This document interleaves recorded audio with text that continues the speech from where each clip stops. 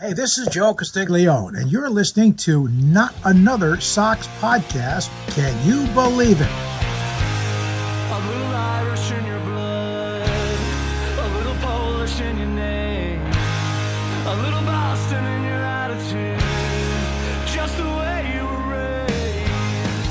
A little Irish in your blood. Buenos noches, amigos, and welcome to a special episode of Not Another Sox Podcast.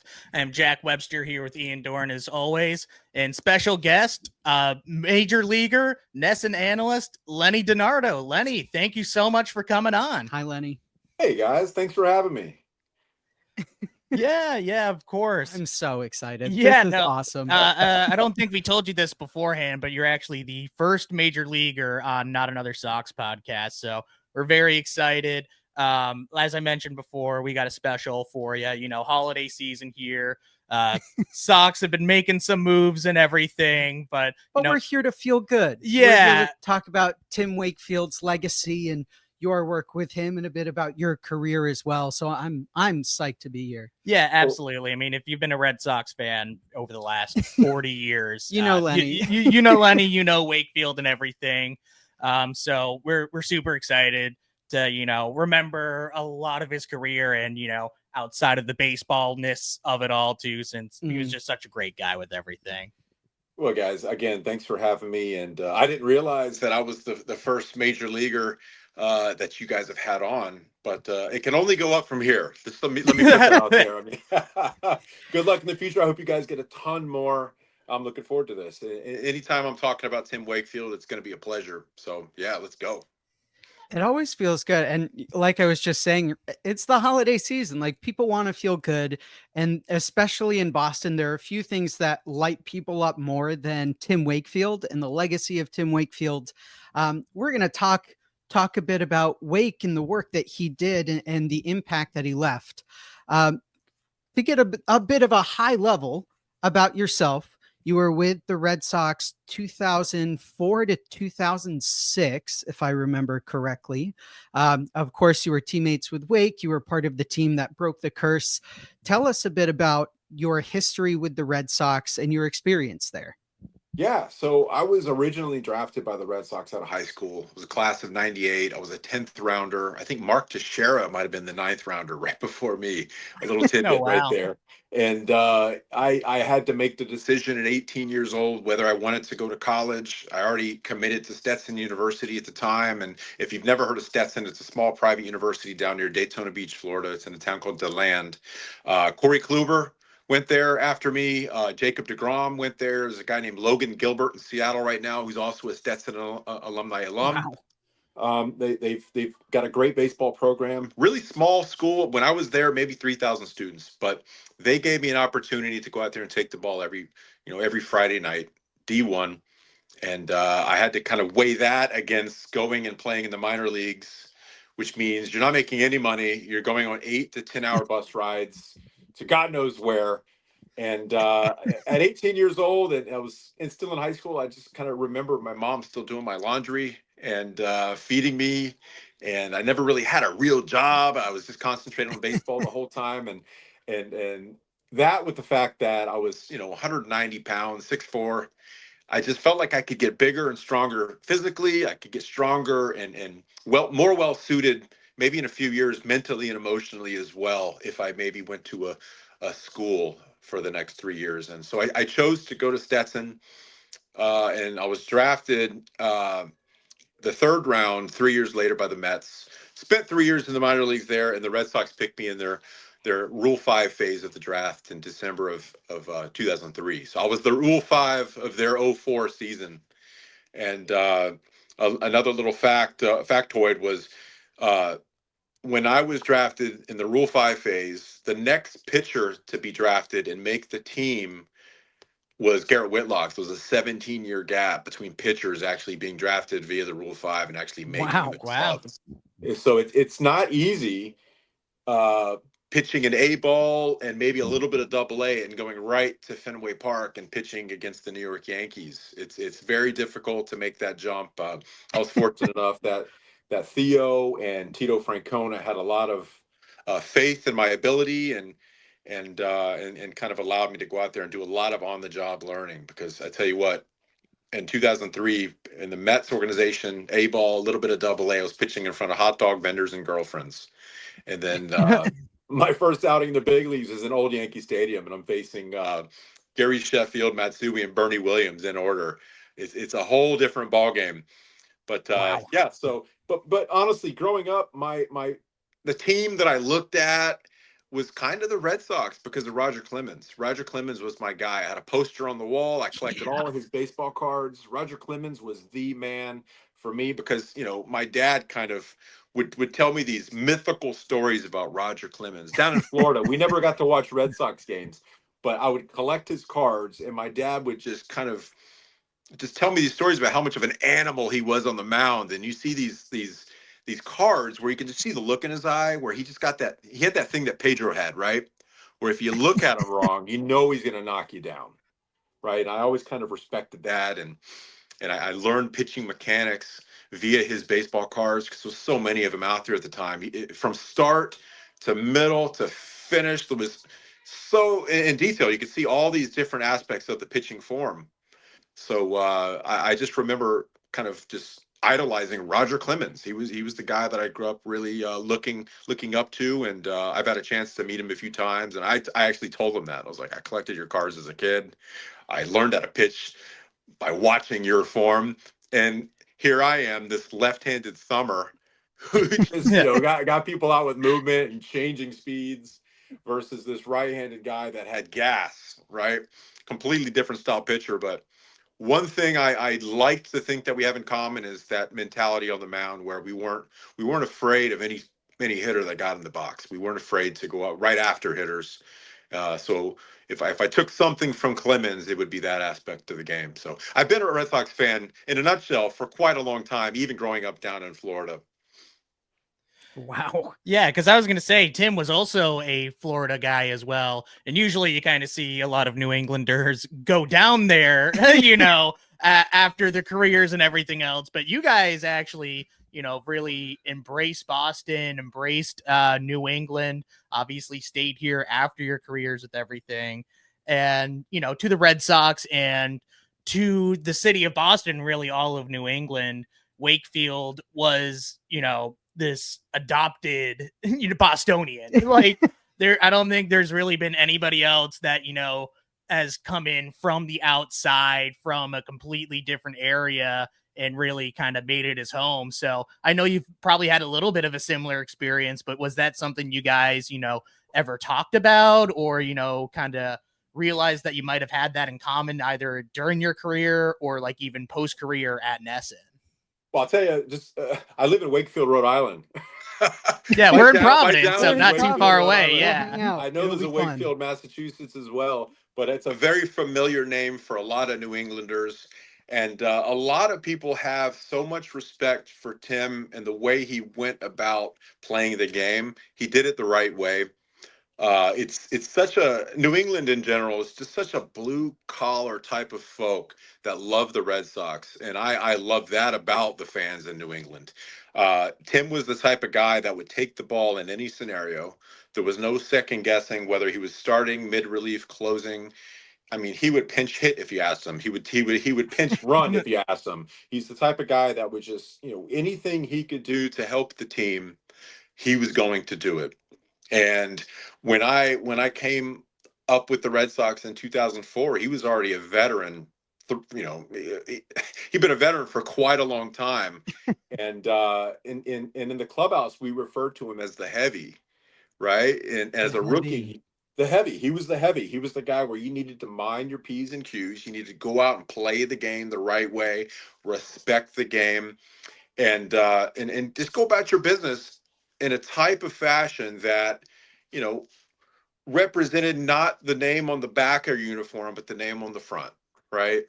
It was all about the organization and showing respect for the organization and the game itself. And, he was just Red Sox personified, just the way he went about his business. And he wasn't the type of guy that really was a loud talker in the clubhouse.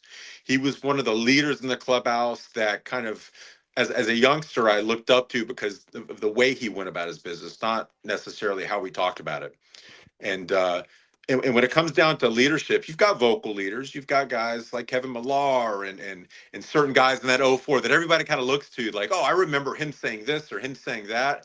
But you've got other leaders too, and like Billy Miller and Gabe Kapler. These are guys that kind of played the game in a certain fashion that I respected, and Tim was among those guys as well.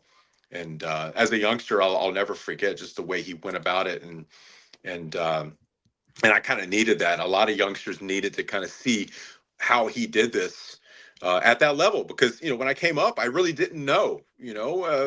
Pitching an A ball and Double A in the New York Mets organization was just we're all the same age at that level. We're all making the same amount of money.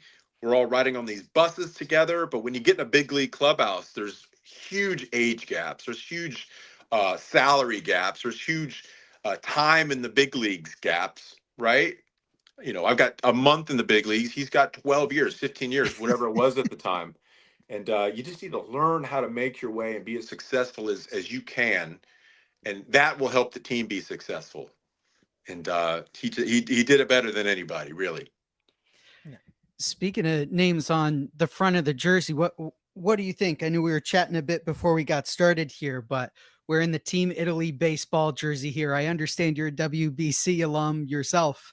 Yeah. We were laughing too about the potential of Leonardo DiNardo. We know its full name is Leonard. Professionally, you go by Lenny, but we were laughing about Leonardo DiNardo as a professional player. Yeah, I played during the 2006, which is the inaugural World Baseball Classic, and again in 2009.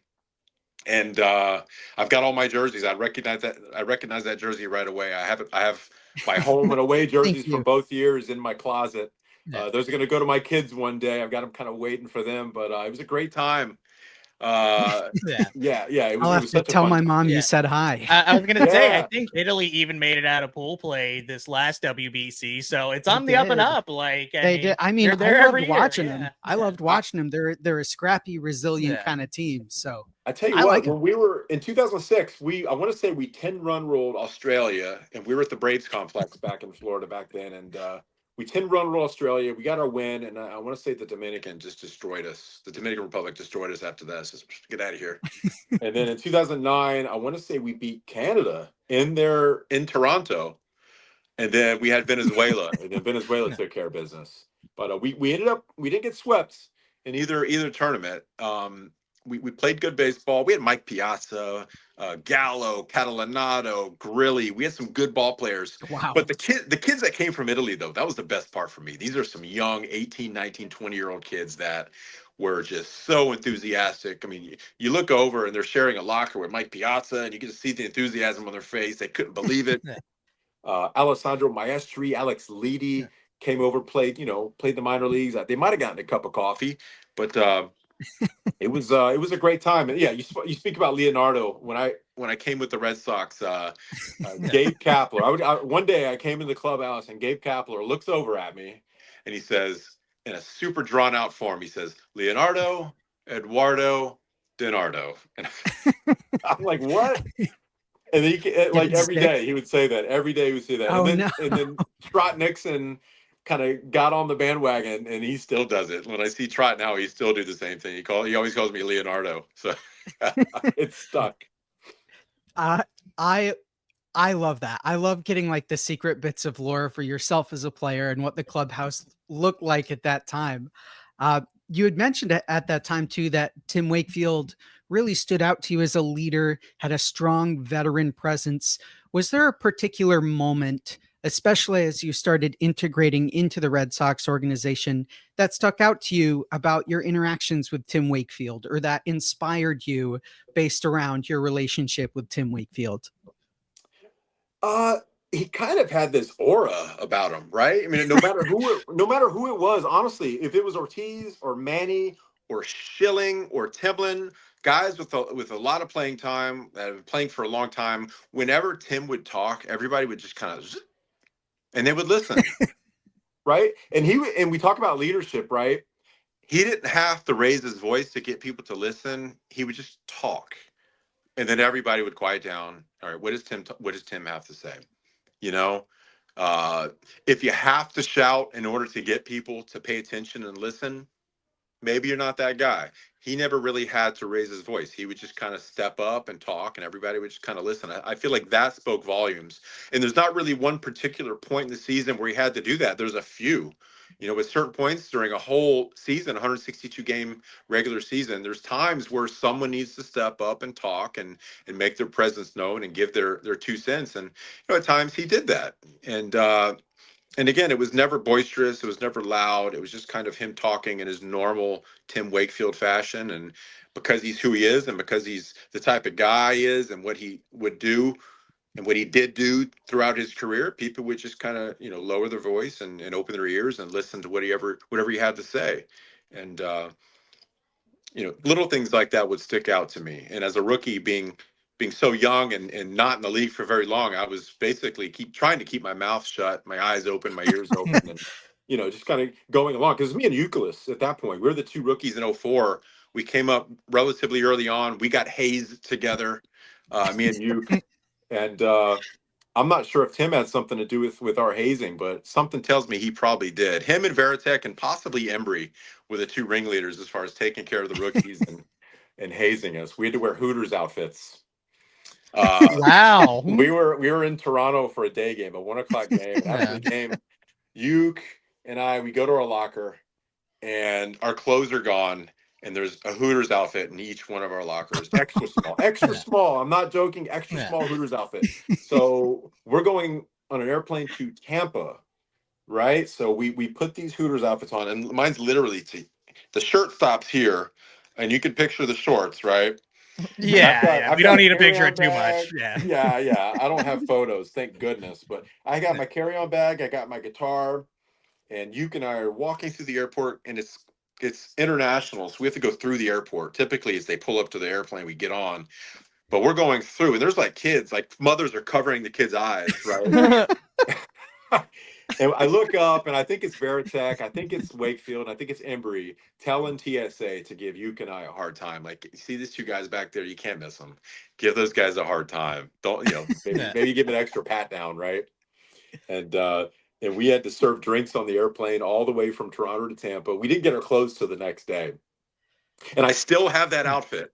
I still have the outfit tucked away. You're passing that along with the WBC jerseys and everything else. Family heritage at that point. Yeah, I'm trying to be honest. I'm trying to pass that along to my wife. She hasn't taken it, but I was trying to give it to her, but she hasn't quite accepted yet. But yeah, it was all fun and games, and again, that shows the kind of good-natured aspect of it. When you're a veteran, you take care of the rookies in many ways, and part of that is having fun with them and kind of putting them through the ropes that you went through whenever you were a rookie.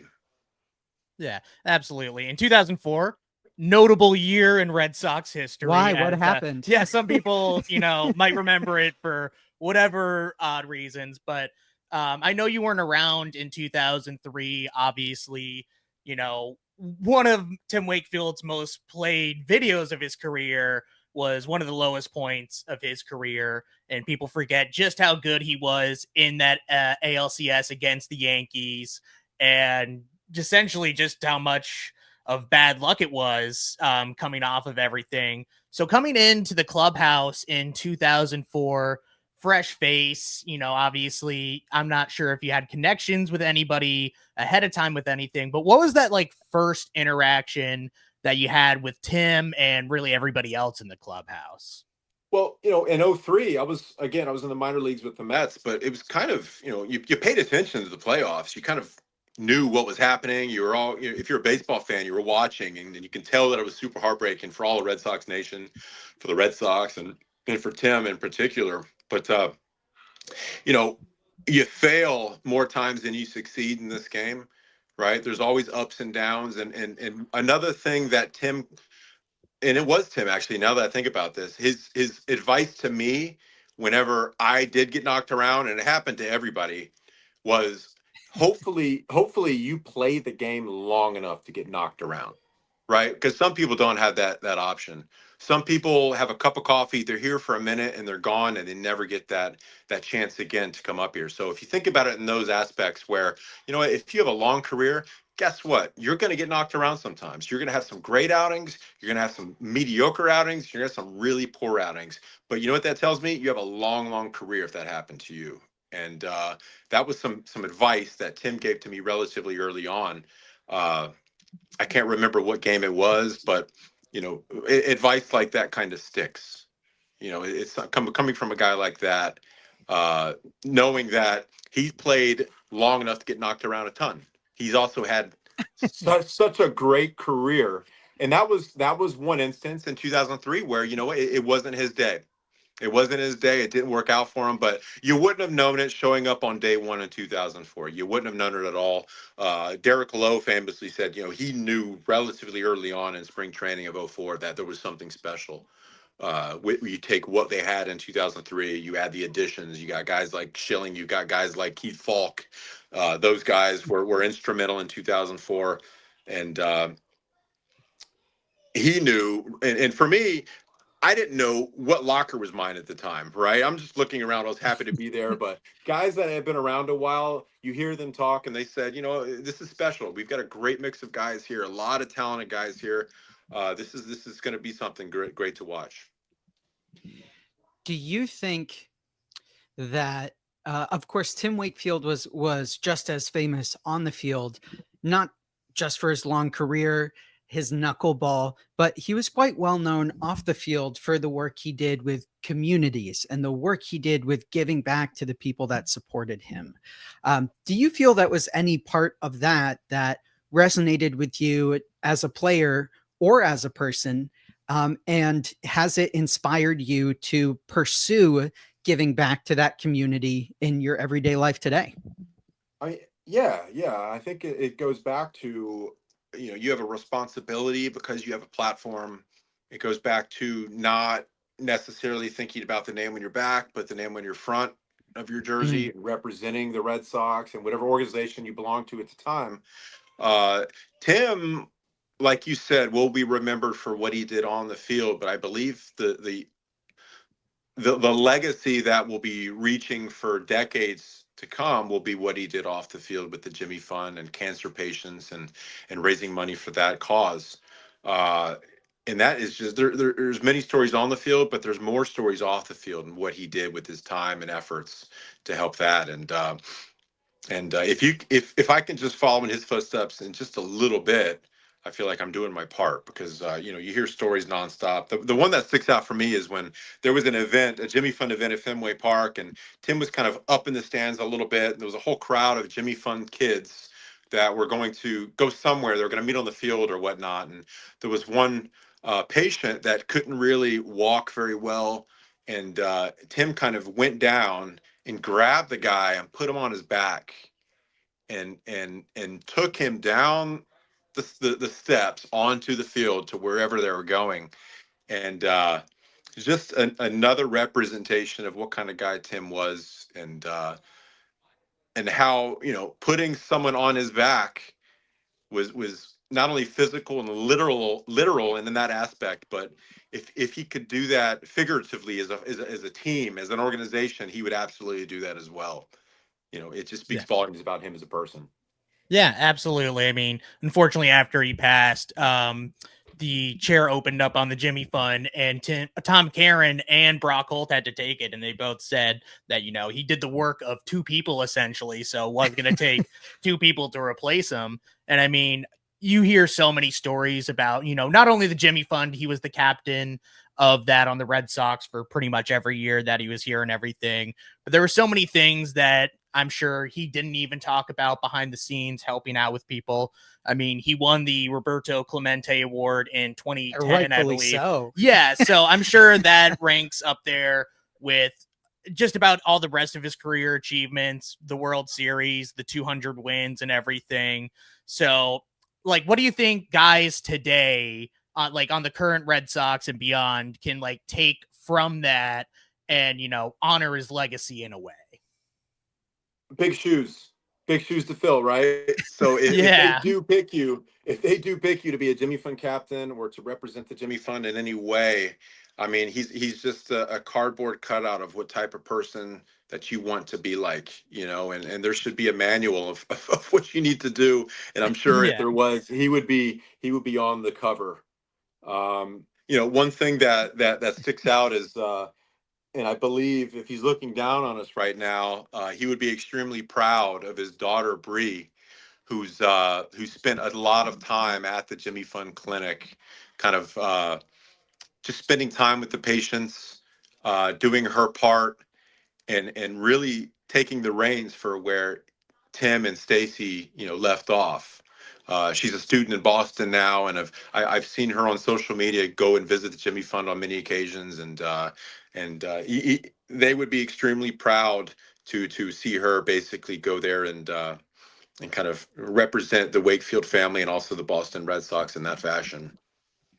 So it's so funny that you mentioned specifically the story where he carried this young man down the stairs to be a part of everything. And sorry, technical difficulties. The Yeah. dog likes That's to move okay. around. Yeah. This is Petey. Yeah. This is All Pedroia, right. the dog. Yeah. He's a goofball. You know what? Before Pedroia, I used to call Pedro Petey too. I mean, there was a time where Petey was Pedro, and then it turned into Pedroia's nickname. Yeah, there we go. Double whammy right there. Yeah. Double whammy. Yeah, say hi, but yeah. What? Continue. Yeah. So it's Lenny, it's funny that you mentioned specifically that story of Tim carrying this patient and making them a part of the action, right? Showing them what kind of opportunity and possibility and joy there is to being a part of everything. It's funny that you shared that story specifically because last year, a year and a half ago, I had interviewed the Jimmy Fund for the podcast here. We had Suzanne Fountain on, who is one of the vice presidents of the Jimmy Fund, and the work that she's doing is very important. And she told the same story, the exact same story of Tim carrying this young man around, and the smile on his face lit up the room. And it's funny to think that that moment in particular really defined Tim Wakefield as a person, as a man, as a player. Do you think that there are those small particular moments in Tim's life and in every player's life that define who they are? One significant act of kindness. Yeah, a moment like that, like you said, kind of defines his whole relationship with the Jimmy Fund and his whole off-field personality and how he is as a person, and it rightly so, right? It was a great moment, but you got to think at the time when it was happening, Tim wasn't thinking, "Oh man, there's a lot of cameras here. Someone's going to catch this." No, Tim at that time was thinking, this person right here needs a hand. He noticed this person in distress. This person couldn't get down where they wanted to go. So what's the human thing to do? The human thing to do is to go help that person out, get him to where they want to go. I've got some strong legs. I've got a strong back. Let's hoist him up, put him up. Let's get him to where he wants to go. The reason he did it wasn't for any other reason than to be a great human being and to help this person out and to do his part as a human being. And it wouldn't resonate if it was purely because of photos or cameras or because eyes are on him. That just wasn't him, right? You're judged and and your character is judged on not necessarily when the cameras are on, not when the red light's flashing, but when, it counts the most, when people aren't looking, and I think that moment in particular resonates because the only reason he was thinking about that was there was a person in distress, there was a person that needed to get somewhere, and he had a pair of healthy legs and a back, and he was going to use them to help. Wow. Yeah, I know. Truly incredible. And you were kind of saying before, Roger Clemens was a flamethrower. You were more of like a crafty lefty. But Tim Wakefield threw probably the biggest enigma of a pitch that you could possibly have in the majors. Obviously, it takes a complete 180, no spin, low velocity with the knuckleball, kind of almost a little bit mysterious. I can't throw a I have tried. I cannot throw a knuckleball.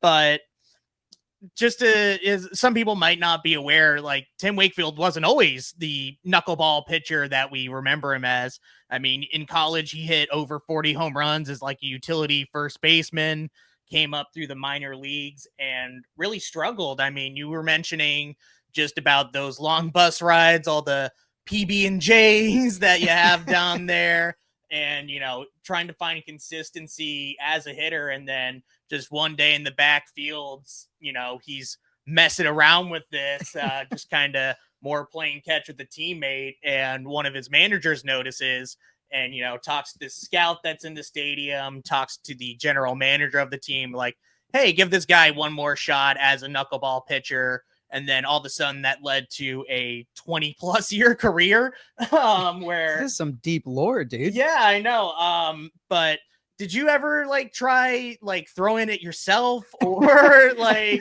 did you ever try hitting against it, like, you know, backfields in spring training? Because it's so different than like anything else that we see in baseball.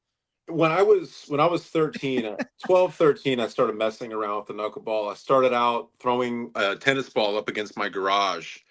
And, you know, after a while, I started moving to a baseball, and it turned out to be a pretty good changeup for me.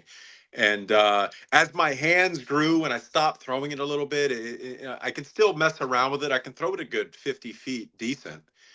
But there's a reason why there's maybe 3 knuckleball players on planet Earth at any given time. You know, it's very difficult to throw 60 feet 6 inches consistently for strikes, making the ball move. There's so many different mechanical differences from an actual conventional thrower. And there's a reason why a knuckleball pitcher will help the next knuckleball pitcher and so on in line, like a Charlie Huff or any of the Necro brothers, R.A. Dickey, Wakefield, all these guys. It's this little clique when they were all playing or retired or whatever. They would all talk to each other and help each other out. If any one of them got into a funk, they would rely on each other to look at video and to talk them through whatever was going on. Because you're not going to talk to Pedro Martinez about a knuckleball. Like, what am I doing? He has no idea. I have no idea. So first, you know, that's first and foremost. Very difficult to throw. Not a lot of them out there. But you talk about Wake and how he was a power hitter in college. He wasn't a conventional pitcher. Wasn't a pitcher really at all. Part of his leadership was because of the road that he took to get to the big leagues and stay in the big leagues. It wasn't an easy road for him, right? It wasn't conventional. And the fact that he had such a long career and he wasn't a highly touted prospect and a bonus baby that came up and was just, welcome to the big leagues. Here you are. Here's your next 20 years in front of you. He had to fight and claw to get there and was on the brink of getting released. And like you said, and had to find a way to stick around in this game in order to stick. And those are the types of guys that you listen to, you follow, and grinders like that find a way to get it done and continue to compete and stay in the big leagues. Because, you know, getting to the big leagues is one thing. Staying there for a long time is a completely different story. You know, getting to big leagues is hard.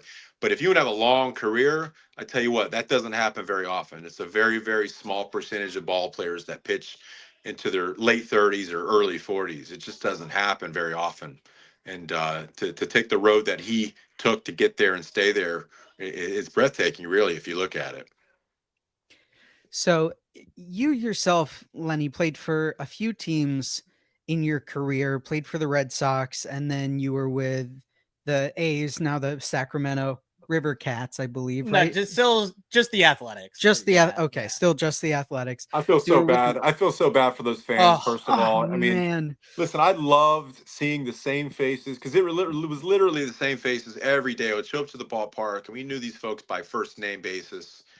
If it was 5,000 or 10,000, whatever it was, it looked like 2,000 because you could fit 80,000 in the Coliseum.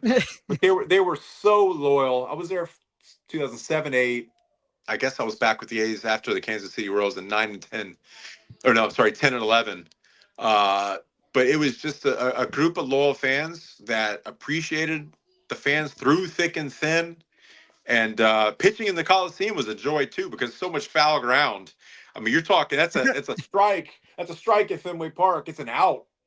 And an out when you're trying to get 27 outs and outs. That's what I'll take it any way you can get it, right? So it was I love pitching there. Possum in the possum or not inside the radio booth. Who knows? But Was there something in particular that stuck out to you or that felt different to you about playing in Boston versus playing in Oakland versus playing in Kansas City? Was there something special about playing in Boston? yeah, and I noticed this right away. When I went to Oakland, I started more games. I had more innings for Oakland. They kind of relied on me more heavily than my role with the Red Sox. When I came up with the Sox, I was more kind of mid relief. I would eat up innings when the starter would get knocked around, which happened every now and then. I think I made, let's see, 6 starts with the Red Sox between my 3 years. And when I went to Oakland, I think I made 20 starts in 2007, 15 relief appearances the same year. But one thing I noticed relatively early is I could go out and I could throw 8 shutout, and I'd leave the stadium and people would kind of leave you alone. People, I don't know if they didn't know who I was or what. It was just kind of like, all right, regular guy. But I could go out and I throw an 8th inning or let's say a 5th inning appearance against the Rays, which back then weren't the Rays as you know now. Back in July, and you'd leave the park and people would know exactly who you are, right? And people would follow you down the street. They'd follow you to wherever you're living, and and it was different going to a place like Oakland. Coming from Boston, you just didn't see the same type of rabid fan base that when you'd lose, Red Sox fans wouldn't eat dinner that night. It was evident that they were ticked off. They were pissed. They knew exactly what you did the night before, as far as you threw 2/3 of an inning last night. You should be ready tonight. It's like, all right. They won and lost with the Red Sox, and you kind of got to appreciate that, right? Because they expect you to get to the playoffs, they expect you to play well. At least when I got there, there's a long 86-year period where really they just didn't quite make it. But we've won 4 since 2004, and I've noticed there's just I don't want to say negativity, but they expect a lot, not only from the players but from the organization and the management as well. And you want to play for an organization that has a fan base like that. Honestly, you want people to go out there and recognize your accomplishments and kind of be in the trenches with you as much as possible. It makes it more fun as a player. Do you feel like you see a lot of that with today's fans as well? More so. I mean, honestly, with social media, especially with Twitter, I mean, people are nonstop on Still social calls media. Twitter, thank goodness. Yeah. Yeah, it's I mean, all social media, people are following the Red Sox transactions in season, off season. During the season, they're trying to figure out, what's happening to the clubhouse, what's going on. There's just so much interaction between the fans and the organization, the players, versus when there wasn't social media like that. There was when I was playing, there was like page 6 or something in the news. This player was seen at Dace Buchanan's last night or whatever it was. It's different. It's different, and they just have more of a microphone now to kind of speak their truth to the Red Sox and hold them accountable if they're not making the right moves or making any moves. And everybody has an opinion, and now everybody has a microphone to talk about it. Yeah, absolutely. And you kind of mentioned it. We had that 86-year curse, and then you were on the team that broke it. Obviously, one of the biggest sports stories of all time with the comeback and everything. And Tim was obviously a very big role in that. Part of that. People forget that he forfeited his start in game 4, so that way he could just eat innings out of the bullpen in game 3, keep us it like just fresh and ready to go. And obviously we don't win the World Series without like his performance all throughout there. And I know you might have not been on the postseason roster, but I'm sure you were still around with everything. So like while you guys were going through that, like, did you realize like just how much of like history was kind of like being made?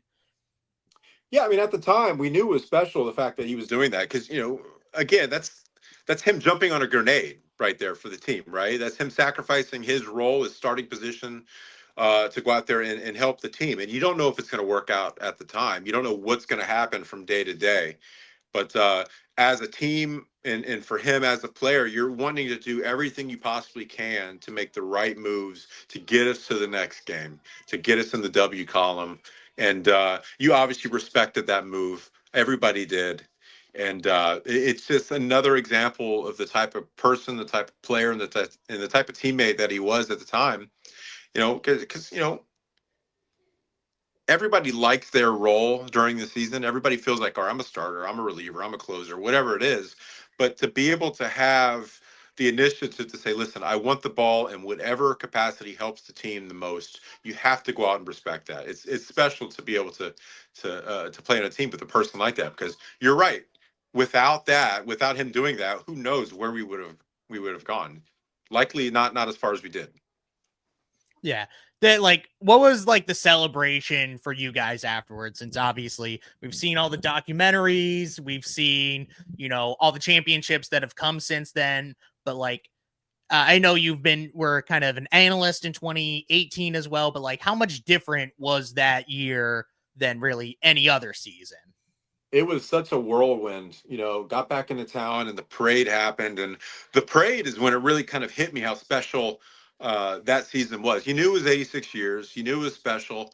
But for me being a rookie, you're thinking, all right, we can do this again next year, right? Well, this is great, but all right, let's get back to it. Let's do it again next year.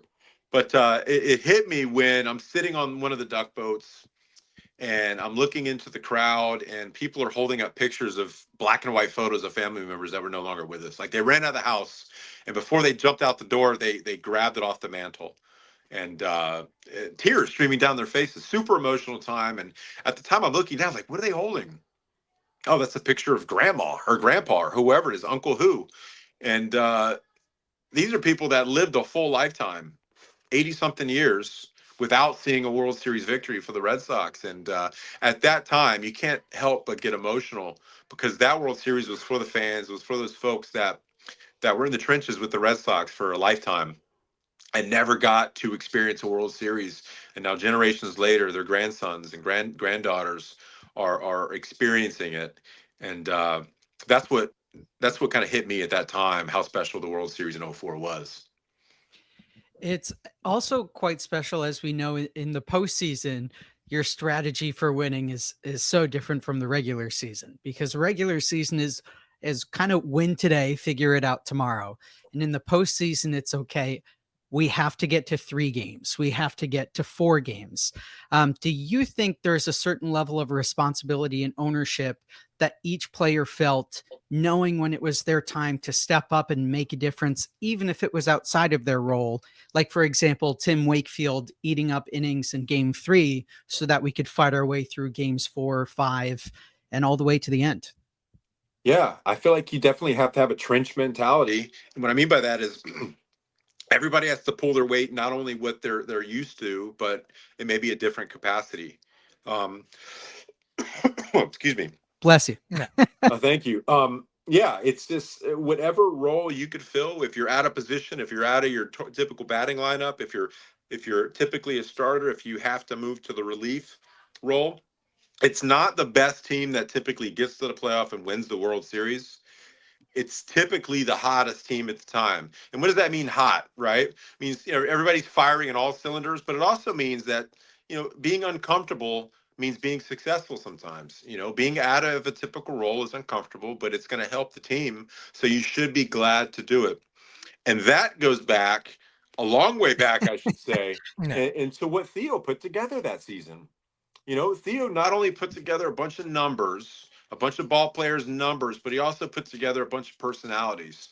And I said this to many people before. When he put together that club, he put together a soup that wasn't too spicy, wasn't too bland. It was a perfect mix of ball players' numbers, but also personalities. It was a bunch of personalities, and it was a bunch of players that were willing to be uncomfortable and play out of certain roles. Whatever you could do to help the team, that take the ego out of it. And I feel like that's what Theo did such a great job of putting the numbers, but also the egos together. Because it only takes one to sink a ship, right? And there was nobody in that clubhouse was anywhere near sinking that ship at that time. Yeah. So you obviously post-playing career, you guys reunite at Nesson again in the studio and everything. Like, did it feel like anything changed at all even between, your playing days and then, or was it just kind of like almost that same instant chemistry again with you guys? Well, I'll tell you that Tim Wakefield gave me a tutorial of how to put on TV makeup. It's something and sorry to interrupt. It's something they don't tell you as a kid, which, as a lot of our fans and friends know, I was living in New York City working as an actor. And as a 7, 8, 14-year-old boy, I never expected to ever have to be putting on makeup. And it's a whole learning curve all on its own. No, I started. Yeah, I tell you what, it took me by surprise too. I was not expecting Tim Wakefield to grab me in front of a mirror and show me how to put on makeup. that was not on my bingo board that day. But and I will say that I used it in 2017, my first year. I haven't used it since. I'm not going to use it until someone comes up to me and says, "Listen, you need to start wearing makeup, buddy, because it's starting to look a little." You look great, yeah. Yeah. And I've gotten away with it so far. But at the time, I didn't know any better, and Tim basically said, "Yeah, this is what we use for to get the shine out or whatever it is," and. Yeah, but to answer your question, it was like we just saw each other the year before. And I went to different organizations after the Red Sox. I pitched against Tim, but there's something about that '04 team to where, months, years in between seeing each other. When we do see each other, it's like we just talked on the phone or we just saw each other yesterday. And I'm very fortunate that I get to see a lot of the '04 guys in January in Florida for Red Sox fantasy camp. Guys like, Falk and Timlin and Trot Nixon and Alan Embry and those guys. They're just a few. But whenever we see each other, it's honestly like we never were split up at all. It's business as usual, and we're all cracking up. And the idiots, when we get together, it's just like it's back in '04 again.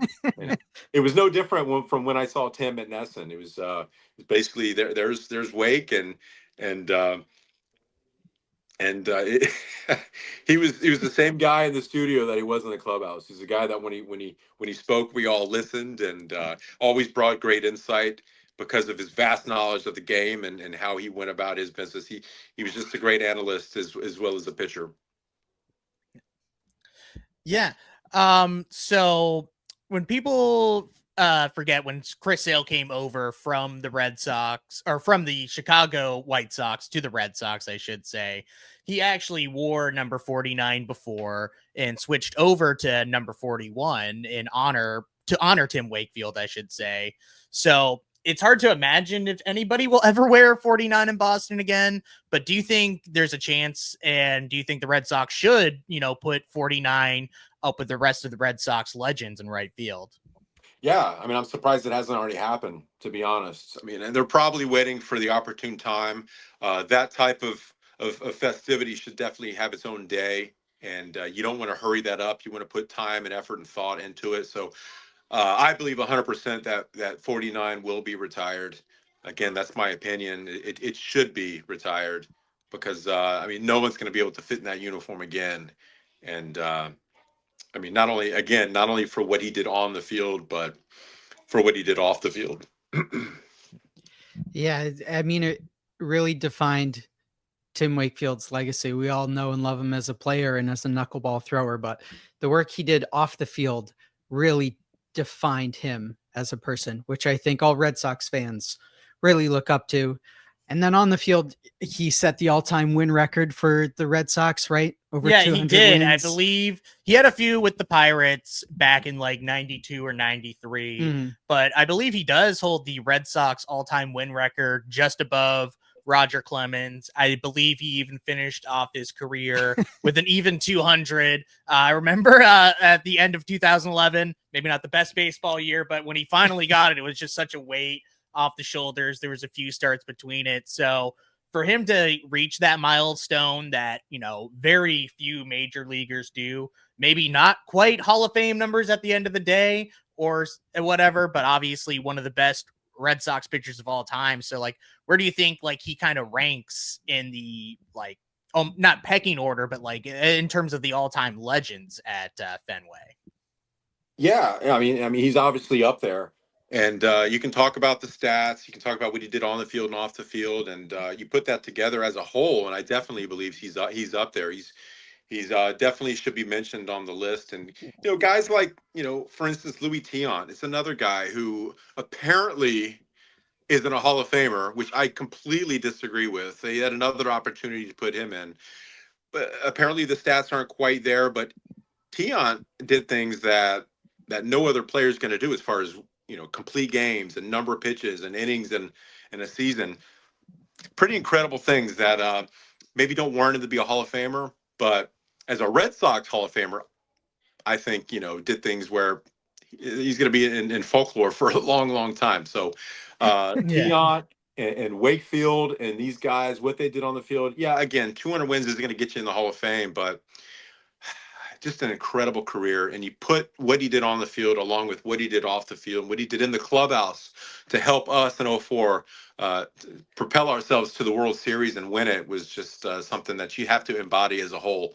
And you put those together, I feel like he's definitely worthy of a Red Sox Hall of Fame, getting the number up there. Jack, you were saying the same thing about Tiant the other day, weren't you? Yeah, we just did 4 straight days of podcasts for the winter meetings, and obviously they lead off with the Hall of Fame voting. And it is a shame that he hasn't been in. There's a few other Red Sox guys that probably deserve it as well. But Dwight Evans, obviously, another guy. Dwight Evans, yeah, Dwight absolutely. Even like Fred Lynn is like better case than you would imagine. Wow. Sorry, guys. Your dog is yep. He's excited. He's happy to be here. He's a big Dewey fan. Big Dwight Evans big fan? Dewey fan. Yeah.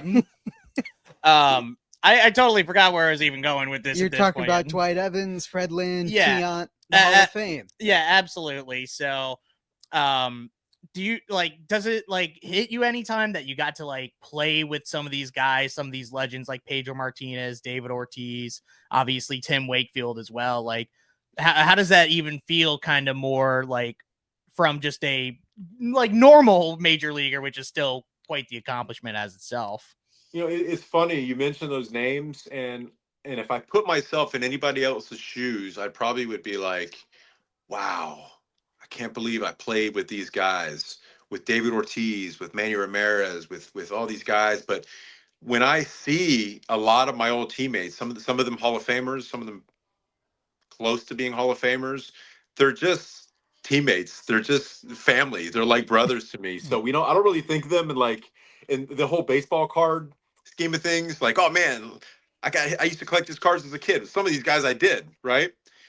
And Louis Tiant was one of those guys. I became really good friends with Louis, and it wasn't because, oh man, he had such a great career. It's just because the person he was.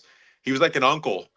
He loved seeing my kids, and my kids loved seeing him, and that's what it's like. So I take the baseball kind of out of it, and I think of these guys as brothers. And whenever we see each other, we're always cracking up. We don't really talk or think about what we did on the field. At least I don't.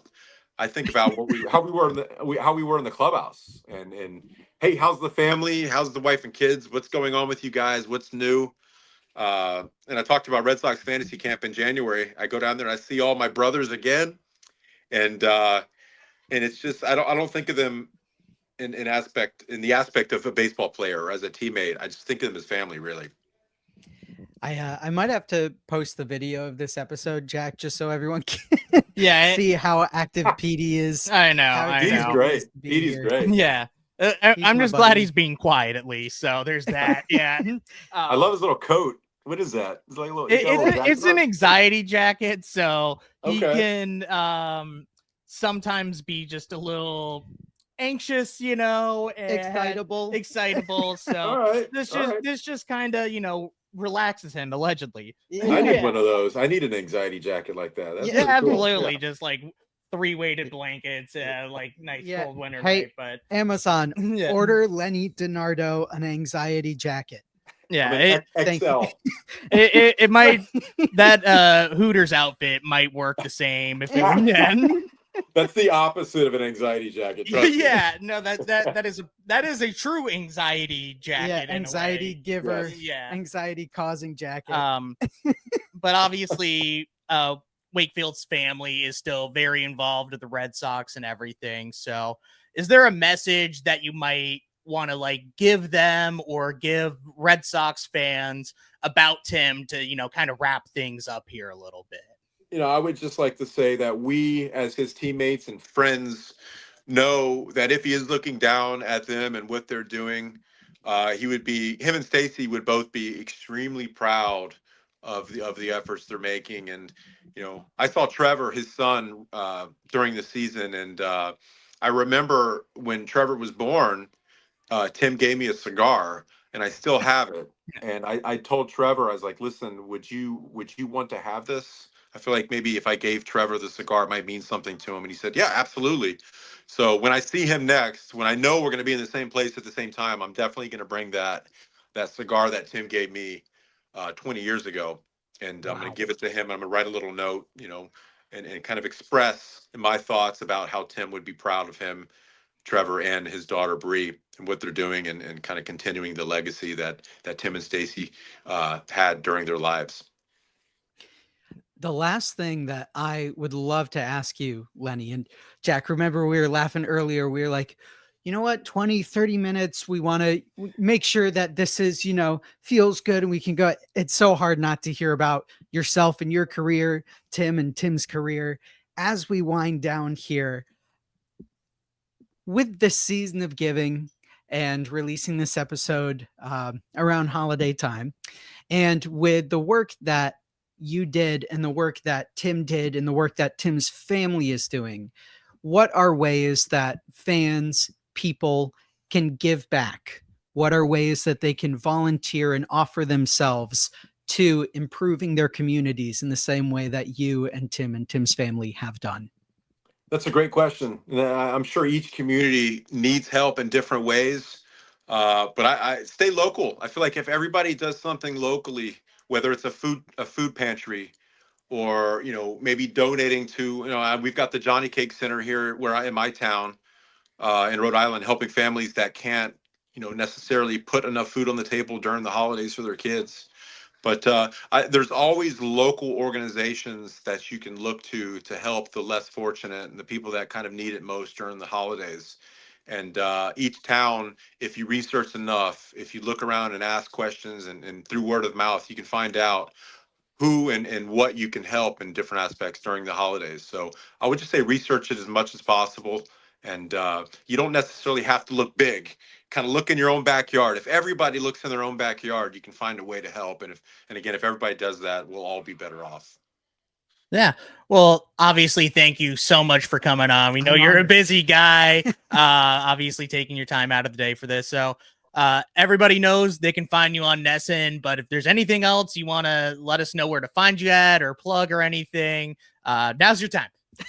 Oh, yeah. Check me out on Nesson. The more games, the merrier. I enjoy that job. Talking baseball is a great second best to actually playing it.